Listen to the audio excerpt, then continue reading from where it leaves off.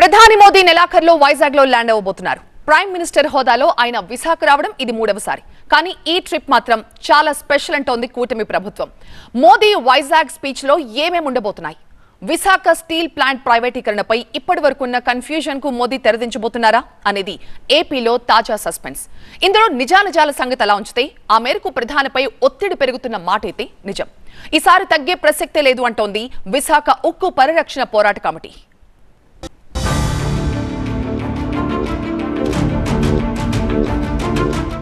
ఇకనైనా తేలుస్తారా లేక నానుస్తారా? Visakha steel plant future పై suspense. Modi Vizag tour లో క్లారిటీ వస్తుందా? ప్రధాని స్టేట్మెంట్ ఇవ్వాలంటూ అల్టిమేటం. ఇది క్లైమాక్సే అంటున్న పోరాట కమిటీ. ఈ నెల 29వ తేదీన క్లౌడ్ కిచెన్ బిజినెస్ ద్వారా 6 లక్షలు సంపాదిస్తున్నారు శైలజ గారు. మీరు వారి నుండి నేర్చుకోవడానికి ఇప్పుడే ఫ్రీడమ్ యాప్ ని డౌన్లోడ్ చేసుకోండి. ప్రధాని మోదీ ఉమ్మడి విశాఖ జిల్లాలో పర్యటిస్తారు. అనకాపల్లి సమీపంలోని పూడిమడకలో ఎన్టీపీసీ తలపెట్టిన గ్రీన్ ఎనర్జీ ప్రాజెక్ట్ శంకుస్థాపన చేస్తారు మోదీ. విశాఖ రైల్వే జోన్ తో పాటు మరికొన్ని అభివృద్ధి ప్రాజెక్టులను సైతం ప్రారంభిస్తారు.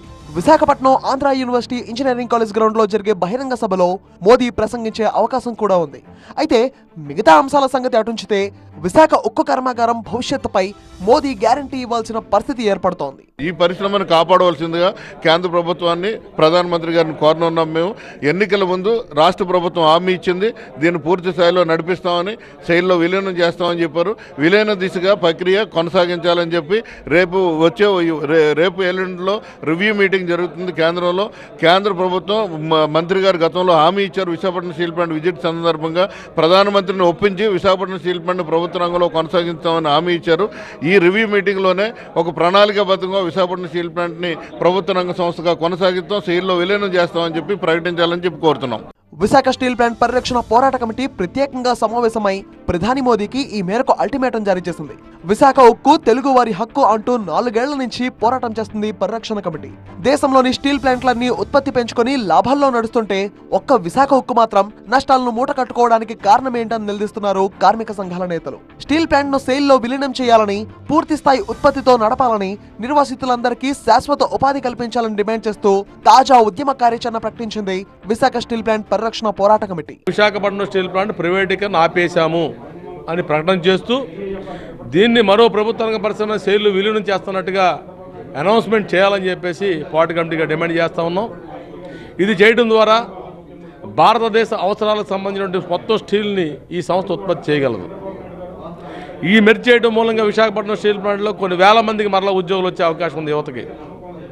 దీన్ని మెర్జ్ చేయడం మూలంగా ఏటా 5,000 కోట్ల రూపాయల పన్నుల్ని ప్రభుత్వాలకు కట్టే అవకాశం ఉంది విశాఖపట్నం స్టీల్ ప్లాంట్. ఈ మెర్జ్ చేయడం ద్వారా తెలుగు రాష్ట్రాలు ప్రత్యేకించి స్టీల్ని చౌకగా ఉత్పత్తి చేసి సరఫరా చేసే పరిస్థితి మనకు కలుగుతూ ఉంది. దీన్ని మెర్జ్ చేయడం మూలంగా ఈ విశాఖపట్నం స్టీల్ ప్లాంట్ ప్రజల ఆస్తి, ప్రభుత్వ ఆస్తిగా కొనసాగుతుంది. అదే సందర్భంలో రైతులకి పుష్కల బ్రాండ్ పేరుతో అమ్మోనియాను ఉత్పత్తి చేసి ఇవ్వబోతూ ఉన్నాం. ప్రజలకు మెడికల్ ఆక్సిజన్ ఉత్పత్తి చేసి విశాఖపట్నం స్టీల్ ప్లాంట్ ఇవ్వబోతోంది. ఇన్ని బహుళార్థక ప్రయోజనాలు ఉన్నటువంటి విశాఖపట్నం స్టీల్ ప్లాంట్ని ఎందుకు అమ్మాలనుకుంటా ఉన్నారు?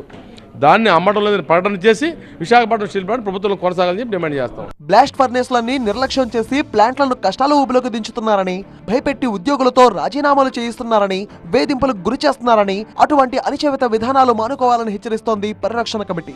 ఆర్థిక నష్టాలను బూచిగా చూపి ప్లాంట్ ను మూసివేసేసేలా కుట్రలు జరుగుతున్నాయని సందేహం వ్యక్తం చేసింది పోరాట కమిటీ. రాష్ట్రపతి పేరు మీదున్న 26,000 ఎకరాల స్టీల్ ప్లాంట్ భూముల్ని ప్లాంట్ పేరుకు మార్చాలంటూ సమస్యకు మరో పరిష్కారం చూపుతున్నారు. అధికారుల అవినీతిపై విచారణ జరిపి ప్లాంట్ ను సమర్థవంతంగా నడిపే ఘటికుడైన సీఎండీని నియమించాలని కూడా సూచిస్తున్నారు. స్టీల్ ప్లాంట్ ప్రైవేటీకరణ నిర్ణయం ఉపసంహరిస్తున్నాం అంటూ ఈ నెల 29నే విశాఖ పర్యటనలో ప్రధాని మోదీ ఒక నిర్దిష్టమైన ప్రకటన చేయాలి అన్నది వీళ్ల డిమాండ్. ఈ మేరకు స్టీల్ ప్లాంట్ పరిరక్షణ కోసం ఈ నెల 24 నుంచి దశల వారీగా ఉద్యమాన్ని ఉధృతం చేయాలని పోరాట కమిటీ డిసైడ్ అయింది.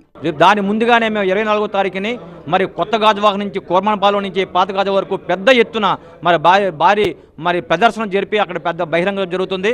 అలాగే సిటీలో కూడా, ఈ నగరంలో కూడా మరి 26వ తారీఖున మరి డిఆర్ఎం ఆఫీస్ నుంచి కలెక్టర్ ఆఫీస్ వరకు కూడా భారీ ఎత్తున ప్రదర్శన జరుగుతుంది.